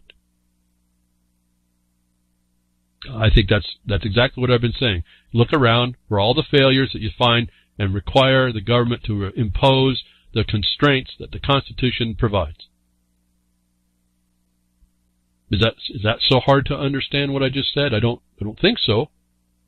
It's a matter of whether you're going to engage is really all the question. And are you answering that question before, in prejudicing the need to answer that, are you saying, well, I'm not going to get involved anyway, so I'm not going to answer that? I'm saying you may not want to be interested in doing that, but that answer, looking at it that way, may give you the response you need in the thing you find needs to be done that's not that. To me, this is just an exercise in order to get our muscles back together of being the people, the educated masses that actually are vigilant to maintain what was provided for us to have. The Republic, if we could keep it. Right? I mean, this is, to me, I just said that, it's like I'm just coming back in a dead, broken record to me. But no one does it. No, everyone talks about it, excuses or fights me or whatever, but no one does anything to fix what I just said. Make that right. What I just said is there for us to do. Fascinating. I just think about it. It's just going to get lost in the denial. I don't know. At any rate, so, and to show you another thing, be careful about the jury being too ignorant to know better, and what it gives from propaganda and this the desensitization. Be careful that a jury isn't. Everyone wants to say the jury can nullify. Well, the jury can also help if they're not ignorant, or they're not persuaded to be terrorist sympathizers, government caucustocracy supporters. As a warning here, jury awards couple no damages for bungled marijuana raid predicated on wet tea leaves. A little story we reported a long time back. It finally made the news about the outcome. A jury has shrugged its shoulders in response to a farcical effort by local publicity hounds, drug warriors, to score a 420 marijuana bust, only to end up with a handful of garden supplies and violated rights. The lead-up to the bungled raid of Robert and Addie Hart's house included a law enforcement agency hoping to bury the previous year's 420 raid failure, in which tomatoes were seized, a state trooper compiling a freelance database of garden store visitors, 2 field drug tests that identified tea leaves as marijuana, and a whole lot of might makes right drug warring. And here we are, back to the Iraqi soldiers' discussion. The war on drugs is here, and they use every opportunity to attack even the innocent for whatever excuse. Well, anyway, so the jury goes to court, and the jury won't give them any remuneration for the harm, not even the replacement of certain things, nothing. And so I wanted to point out a caution about dealing in the law side of this and juries. We are a society that may not be so intelligent anymore about how to really parse through what this is, combined with the bar-ass gatekeepers who will constrain a discussion so that it's harder to find what you need to do as a jury within the context of this case. Now, so I won't read more of that. Just understand that those people who got their house raided for no good reason on literally tomatoes and the false test again comes up relevant here. Their appeal courts actually said those chemical tests are not good. They're still going to be used, so that's a problem. You need to go in there and say that those tests, you got to get it outlawed. Those tests are outlawed. They use them to gain the reasonable belief that there could be something there, but they were based on a false return, a false positive, which gave the probable cause. Well, to me, that's still a trespass. I don't care how that all works down. I don't care where you want to put fault. Try not to find fault. It doesn't matter that a jury would not find fault. A trespass requires no fault to be found. And so my thought turned to here as an addition to the report here, that a jury may not help you, is there's these other remedies. You got the law side and you have the equity side, what I've been telling you to start looking at as well, for remedies and lots of things. My thought is the trespass, now they have the proof that they can't get a remedy for the harm, the injury that was caused, the irreparable harm that was caused, and that's the jurisdiction of equity to resolve. The trespass doesn't require a harm, and it doesn't need, and equity doesn't provide for juries. That when they got this, they prove they have no adequate remedy at law, the jury, the case, the jury, the trial, however it went, and they should now file, or I would consider, I haven't looked at all this, so take this with a grain of salt as far as the application, but to consider filing an equity action for the bare trespass. The irreparable harm caused thereby, the lack of remedy at law, with the requirements, that the whole of society would be benefited from not having the cops stepping in and breaking your stuff up and then leaving the homeowner or whoever it is, the property owner, to deal with a trespass that is on it, that by definition is against the law. You can't even defend against that. You petition for a remedy in equity, not inequity, but in equity. And inside the equity remedies, you can get given, again, the judge is there to do so. You come from the power of the rights of the land that you have to not be trespassed by anyone, again, exclusive against the whole world, as this is supposed to work out, if you prove it in your case, which should be right up front of your petition, that this is the property you hold to this level of protection, and the state court's obligated to do that for a couple of reasons. You lay those out as well.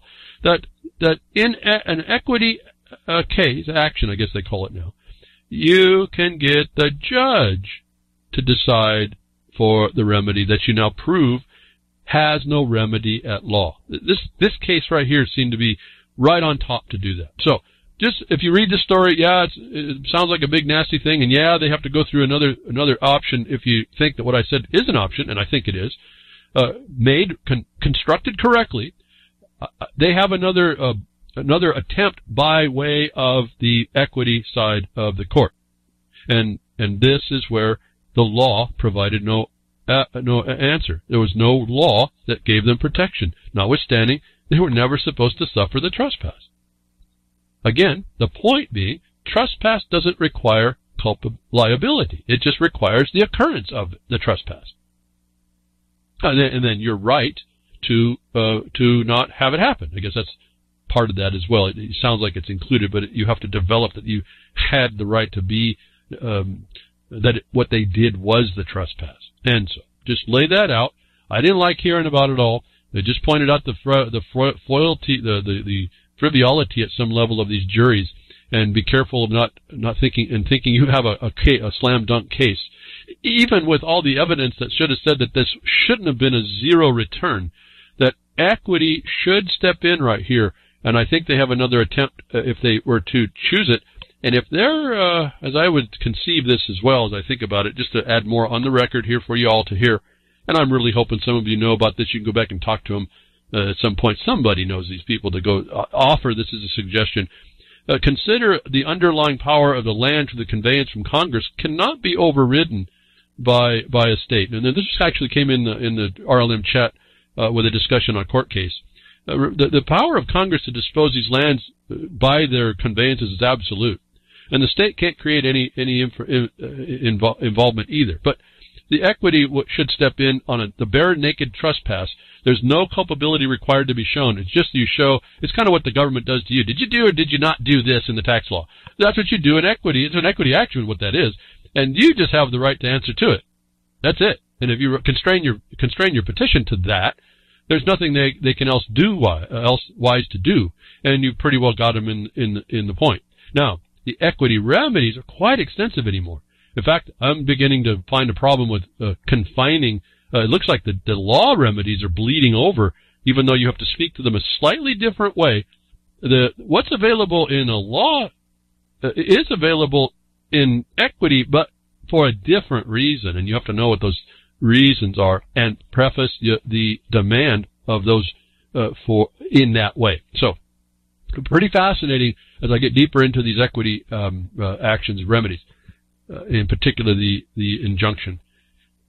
Well, you have the writs of mandate. You have all kinds of stuff that come to bear in a court, and it doesn't require the jury, and then the judge is now locked into the law. And as I like to do it from the congressional disposal, they're locked into the obligation as a trustee to uphold the protection of the state, and that can be put on them as well. So there's a whole lot I just told you. I'm dealing with doing all that. I've been dealing with it for quite a long time. It's coming a lot clearer as I deal with it more. As I told you, the more you work with something, the more proficient you get, the more comprehensive your understanding on it, and it becomes certainly less foreign to any of us that do any of this in protection of being that vigilant people that we're protecting or attempting to protect ourselves against the piracy that's come on us, or the militarization that's come on us. It's another way to get around. There's another, again, this is the remedy around the law, around the ignorance of the people, as I see it, which is pervasive and no judgment, just the way we are at this point. Another caution, again, I've told you be careful. Again, this seemed to be the week of confirmation. More reports of things that I've told you. This is just look out, be careful, anticipate the future, folks. Don't step into these. Don't willingly or absently or through excuse step into these traps. Community horrified as cops kill upstanding unarmed citizen traveling to a spiritual retreat. A lot of loaded words in there. And I find this happening with the Free Thought Project, and I hope you read through that, but let's get to the point of it. Let me read a little bit here. Community members are horrified and searching for answers after beloved citizen Hutchinson, Kansas. So, Grammy Mary, it's in your neck of the woods. Watch out. This is not Kansas, Toto, not this one. This can happen to you anywhere.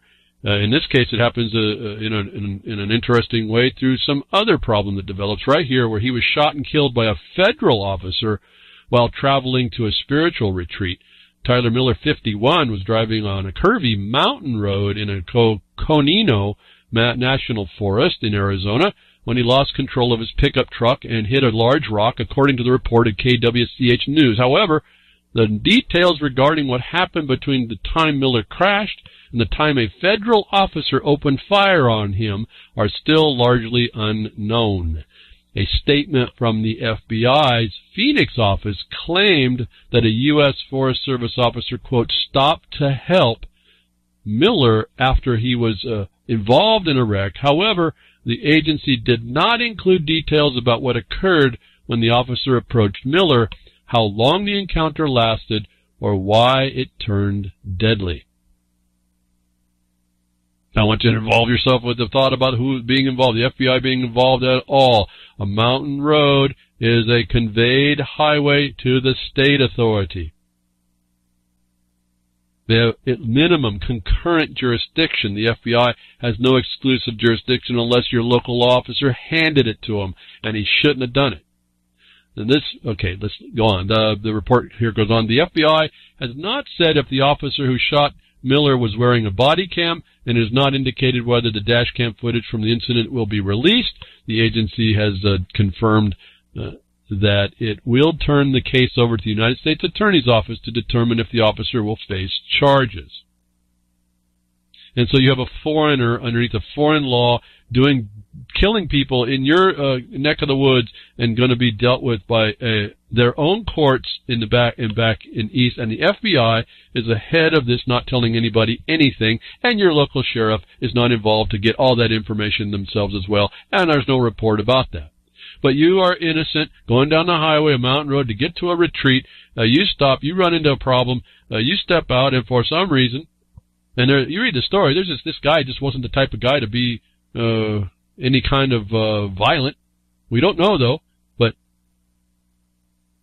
but here he is, ends up dead. And for all intents and purposes, let's look at the condition. He has an accident. He's not doing any crime. At least we're not told by the FBI that he was intoxicated. If that could be a problem, a license to kill. And yet this thing seems to be hushed up pretty good on what I see to be a concurrent jurisdiction in the state. So we don't have to rely one-sided on an FBI agency who is now known to be a criminal, who is known to aid and abet terrorism. The FBI, who I know absolutely who attacked our chairman and us when we attempted to expose the corruption in the federal government agencies that employ these Forest Service officers and the BLM, so-called LEOs, which I tell you, 43 U.S.C. 1733 shows there is no direct law enforcement authority in those organizations. They have to contract with the sheriff. Why? Because there's concurrent jurisdiction, and the authority for law enforcement is in the county of that state. They can be witnesses, but they can't actually be law officers. What they do is they get contracts, and then they go to get the state, and they get certified as a cop. Well, if they're state certified as a cop, why is that issue going to Washington? That's a state issue, isn't it? And here we start to hear the stupidity that happens around the convolution and confusion about what's happening, which ends up being what you see in the Bundy case. And all of them, all those cases. The 7 minors I keep telling you about. All the producers get attacked. And it's all done incorrectly. And everyone puts reliance on a lot of things that really are incorrect. Incorrect setups and foundations. So, apparently innocent man gets killed family, a big family, nice guy. In fact, I think it was reported like a week before that he's standing in line at a fast food joint. Don't know why he's there, but anyway, and he says behind him, he says, "I'll buy lunch for everybody behind him." What kind of a guy would go out in the forest and attack a Forest Service employee? It happened to be that a couple of people in the line happened to be cops he bought the lunch for.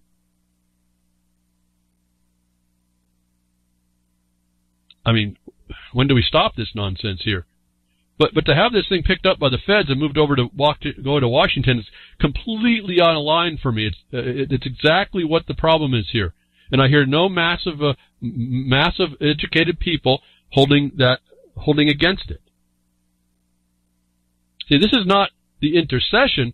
This is the obligation of enforcing the law, and this is the distinction I have in the problem with the Bundy issue. When he came out of after he was released, Cliven was released, and he says, "I'm not mad at the federal government. I'm kind of angry with my local government. They were supposed to step in." No, that's an intercession. You don't want to do that. Your property rights, the law supports that in the beginning. You don't have to worry about something else. They have a different duty. And when you give over that, you don't have a problem with the trespasser himself. You've given license to it. You've given up your whole position, as far as I can tell. And this is what we tend to do. We've forgotten to look at the jurisdictions accurately. And I've told you, where do you find that? The Eisenhower book of 1956, a 2-volume book. It talks all about President Eisenhower wanted to know, what is my jurisdiction here? What can I affect and how? And there's 4 jurisdictions on this land. And you have to know what those are and be able to work that out.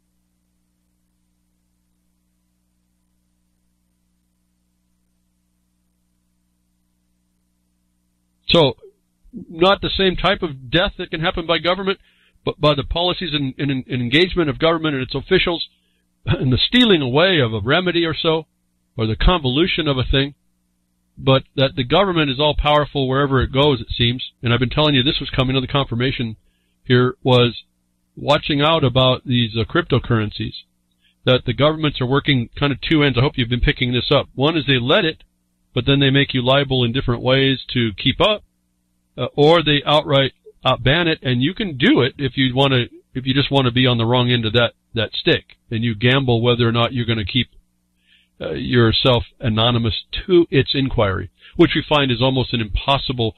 There's no shield against this with all the problems with the digital backdoors and misarchitecture that I talked about last week.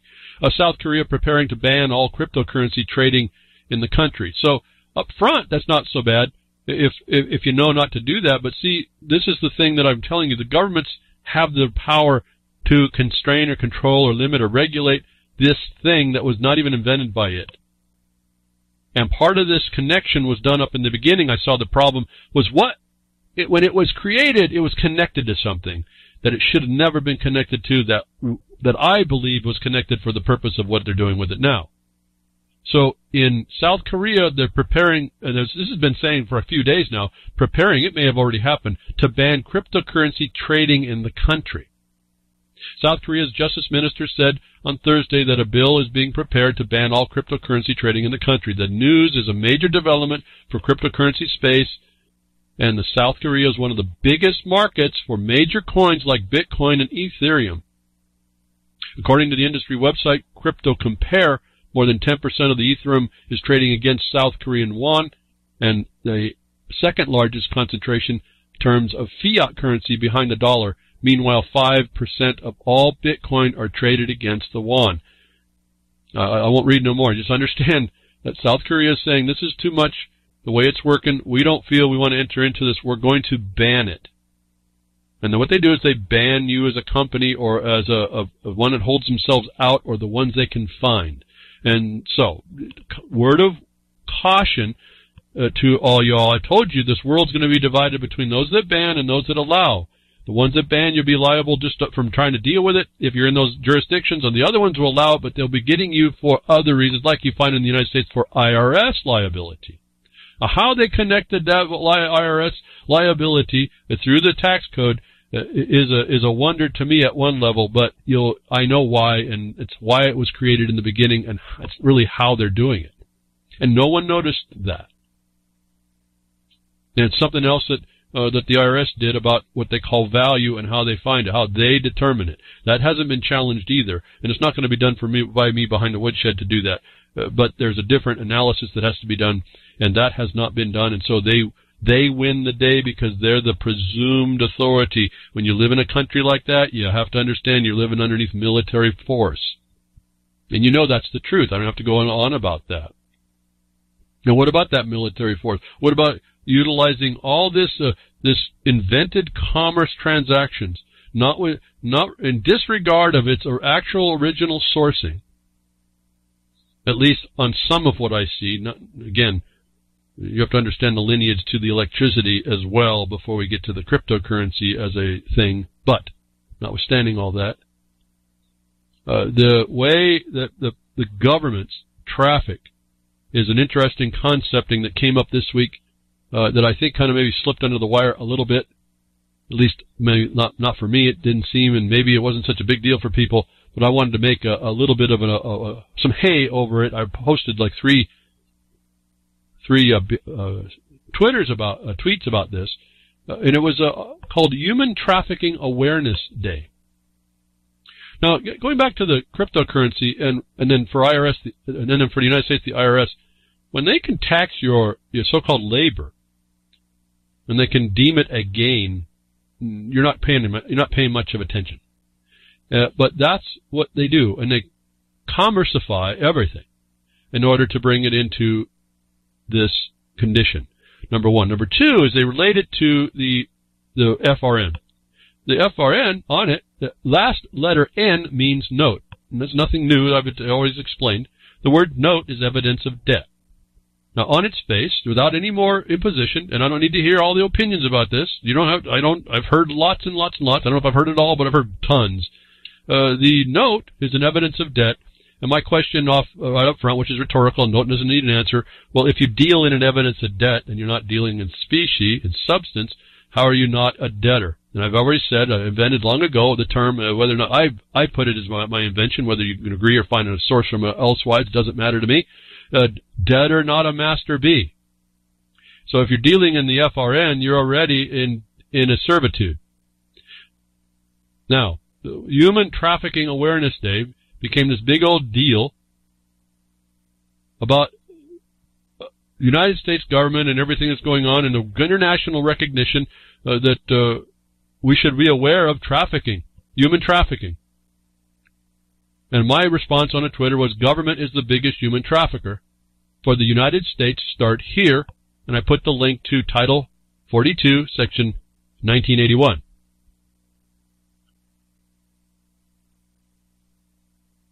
The rights of the citizen of the United States as the white citizen to suffer pains, punishments, penalties, fees, fines, taxes, and exactions of every kind.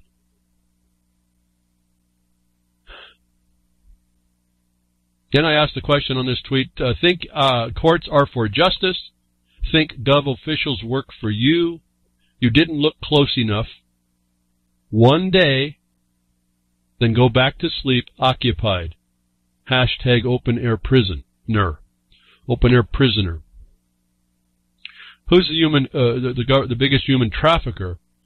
Are these governments. And they're doing it through at least one aspect. I get quicker for the broadcast purpose is the FRN. And I don't know that anybody, you want to end the Fed, it won't end that servitude. So then I tweeted out another thing to expand on the point regarding this Human Trafficking Awareness Day. I was trying to bring awareness to the human trafficking that everybody is the subject of. And I question whether or not how the FRN is not this thing that causes trafficking, a human trafficking by the government. And I ask not the FRN note, the FR note, as a question. And then I put a definition. Debt bondage is a form of labor trafficking and is the most widely used method of enslaving people. And another quote, sometimes the arrangement is structured as debt bondage with the victim not being permitted to be or able to pay off the debt. Hashtag Human Trafficking Awareness Day. In the United States, are you able to pay off the debt that is evidenced by the Federal Reserve evidence of debt? it should tell you that the United States government is a human trafficker. I was going to say biggest, but I don't know about China. China's probably it's got so many more people. But for those of us that seem to live in the land of the free, you've been duped. The fact that you use the evidence of debt to try and think you're paying for things is the transparent slavery, the shackle around your neck, the millstone around your neck, the debt bondage, the human trafficking victim that I think everyone looks way beyond. And I got this basic information. You can look on and on about this stuff. Is human trafficking underneath even the Wikipedia has those two quotes. And I wanted to focus you on debt bondage, and people don't realize that the Federal Reserve note is a form of debt bondage. And we continue to use it. And that's what my problem was. They connect everything to this Federal Reserve note as if it's the origination of the work. Why the law of the land works so much more interesting, and why the minted money can't be used as an FRN note, but has to be on the ledger as an asset. So is your actual work in production an asset, and it's not a debt bondage.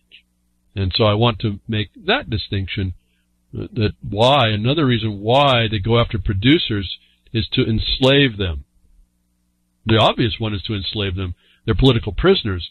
But if you can't work, see, Mother Nature provides, and you then develop what Mother Nature provides, you are not beholden to anybody for that. And the grants to do that stop the government from claiming so.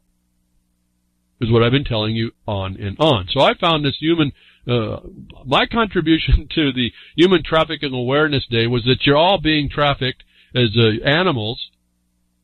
And one of the tools that they're using to do that is the Federal Reserve Evidence of Debt, the FRN note evidence of debt. Debtor, not a master B, and a debt servitude is created, a debt bondage. The bondage, the millstone around your neck, the chain around your ankle is identified when a victim is not being permitted or able to pay off the debt. And then what debt? And so, let's just start and leave it there. My contribution to your being humanly trafficked, and the government is out there to tell you that. And we're going to go one day, wake up, and we'll just go to sleep, because none of us pay attention to all these things. And so go ahead and get on the cryptocurrency where you just regulate yourself right into absolute control. And as we saw in California, or we heard, as I said it, in California, they already have the tap to your bank accounts through all that ledger. As I told you they had. I told you this as well. It was why they created the blockchain technology. And it may not even be Bitcoin or Ethereum. It's going to be private to the things you need that government can attach or deny completely. And that may still happen in South Korea, I don't know. But right now, one of the major markets in the world is being shut down, at least, for the legality of it. You can still do it, like we can still grow dope. When it was illegal, you just had to pay the consequences if you get caught. I reported also on a problem we had gotten a little story about, well, they're calling it espionage in this report, that we got report again in this internet connection and the cryptocurrency and the iPhones and all your connection through these digital devices, one of the devices, the weapons of silent weapons of quiet wars, and your integration with the brave new future here, or the wild world, whatever the hell they want to call it. I told you that the cameras, we got a report that there's cameras being sold from from China, and they were everywhere. And I said, well, wouldn't that, again, with the 1985 military man from China saying they were at some point going to stretch their leg out because they got too many people, and they're willing to throw 700 million of those people at any landmass to take it over. Wouldn't it be just nifty if they had a bunch of surveillance going on, and there's these cameras that they were finding out are being bought from China, and the Internet of Things and the hackability and all that. I brought all that up. Well, today here's an interesting story that came back. Maybe they listened behind the woodshed and they got a little bit spooked, or they needed to quell something. Espionage fears spur U.S. Army base to replace Chinese security cameras. A U.S. Army base in Missouri has removed all of its Chinese-made cameras following concerns that the devices were being used by China to conduct surveillance at a U.S. military base. Well, they go through and they deny it, but they make an interesting little statement about they didn't think they really had a risk. They were looking at stopping a perception. Instead, he says, the Army replaced the Hikvision cameras to remove any negative perception about the presence of the cameras after reports surface about their use. And then he says, at no time did any of these cameras cover a high security or high security critical asset. Well, if they really weren't worried about it, why did they not put them there? Or why did he even make that statement? And so here, the point I want to get at is that the Internet of Things is the silent weapons that's going to be used against all peoples. However, one people's against another, peoples against themselves, the caucustocracy, any caucustocracy against the people is all the weapons of the war against us.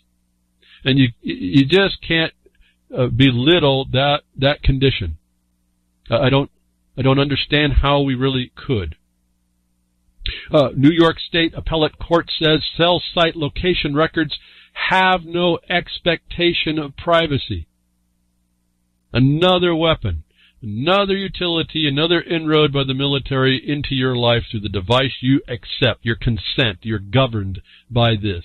The Supreme Court will deliver its ruling on an issue of cell site location info later this year, possibly changing the contours of the third-party doctrine for the first time since its erection out of thin air more than 4 decades ago. Until then, a patchwork of decisions have been handed down by state courts, some finding state law provides more protection for cell phone users than the United States Constitution.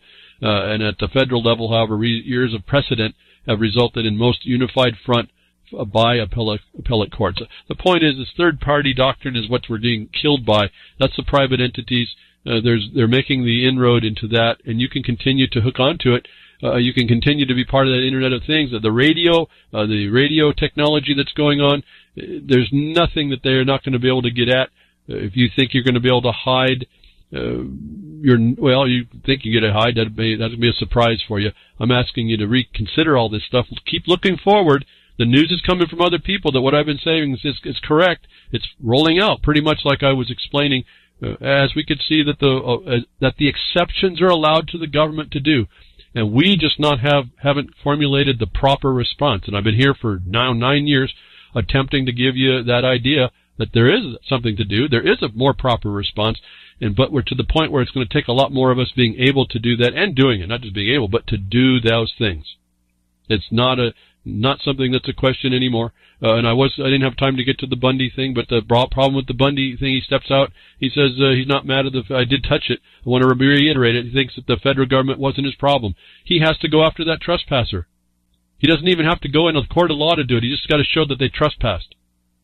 And he doesn't have to have the culpability angle. He just has to show they did it, and he's going to have a way to go. That they were tossed out, mistrial, long time coming. That was just the judge in that case is I told you this, but it's the cat box cover-up, folks.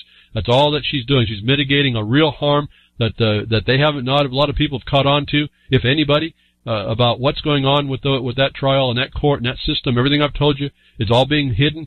The people that are coming out of it and everyone rallying around how cool that was are missing the whole entire point. I think the war starts now. Now they have the evidence and they need to go on. They have many different avenues to cause remedy here. And I hope they go down the right ones. They haven't till now, but I keep hoping beyond hope maybe. Thank you for tuning in today. I hope something I said is a bit of inspiration to get you started on the thing you find that you need to make right. Grimner, thank you very much for what you do at reallibertymedia.com and the blogcaster and the archives and all that stuff. And Jules over at ucy.tv and all your castings about this broadcast, again, pre-pod, post, whatever you want to call it, and over at Freedom's Network, Social Network. Remember, I'm at Minds.com. I'm over at BitChute, and Vince has been putting us up on YouTube, though that I think he's being adjusted. That might be being adjusted. So, again, I'll be here next week, tech diffs and nature willing.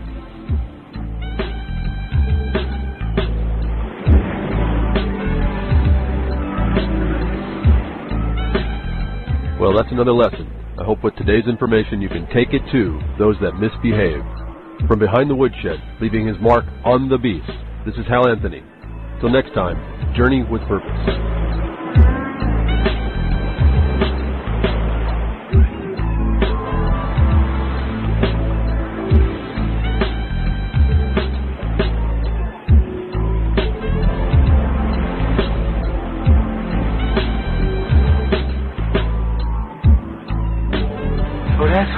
Opening up a can of whoop-ass feels like.